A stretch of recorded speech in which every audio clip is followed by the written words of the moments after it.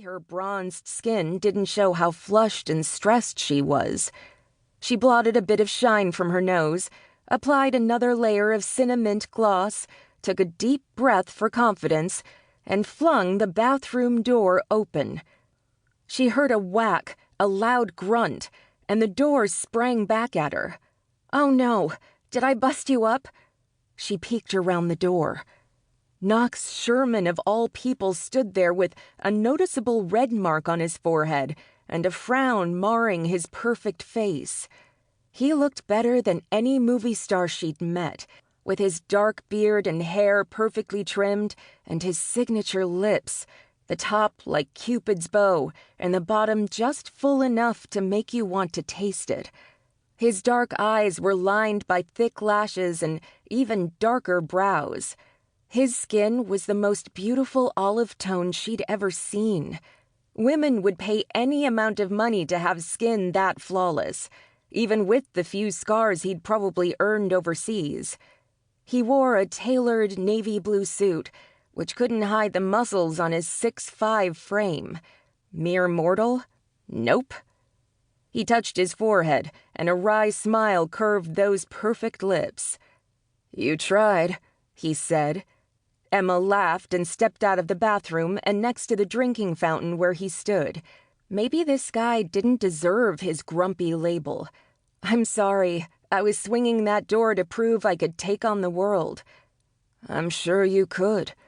His eyes roved over her face, and his smile grew.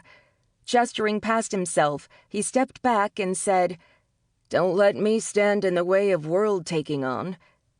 Emma's palms stopped sweating and her dress didn't feel so constrictive. The beast was nothing to be intimidated about. True, he was built like a tank, but he was nice and kind of funny. She was tempted to simply ask him about hosting the show at his ranch and avoid having to spend VH1 sponsor money on the auction. They'd given her a green light, though. She guessed they needed write-offs as much as the next guy, and it was for a great cause. "If you decided to stand in my way, I'd be sunk," she said. Knox folded his arms across his chest, making his biceps and the large muscles in his shoulders bulge under his suit coat. "Are you suggesting you want me in your way?" Emma's face went hot, and she praised her Polynesian ancestors for her dark skin that didn't show a blush. "Maybe, but I'd rather talk with you about staying at your house." His brows drew together and he clenched his arms tightly, making his muscles stiffen. All traces of a smile had left the building. Oh, shoot, that hadn't come out right. "Mr. Sherman, it's time, sir."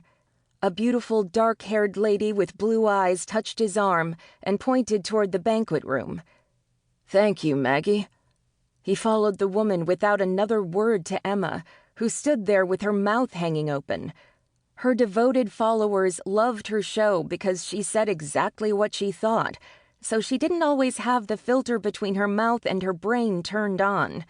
It made for great footage, but she was humiliated that Knox Sherman probably thought she'd just propositioned him, especially since it was common knowledge he didn't invite anyone to his estate and horse ranch outside of Dallas. Her stupid line made it all that much more horrible. Knox glanced over his shoulder before he held one of the double doors to the ballroom for the lovely Maggie. Emma's and Knox's eyes connected, and Emma thought she caught a glimpse of his vulnerabilities and desires. In that moment, she knew the truth. He didn't invite anyone into his heart or his home because of the heartache he'd seen in his life. Just as quickly as she'd seen it, his eyes shuddered, and he glowered at her and turned away. The doors shut behind him. Emma pushed out a long breath and made her way back to the entrance she'd come out of. The entrance for mortals who stuck their feet in their mouths. She didn't mind her stupid comments when the camera was rolling, but right now, she wanted rewind and delete buttons. Knox stared around the large room of the convention center. He and his fellow teammates were up front, facing the crowd. It put him on edge to know that everyone was staring at him.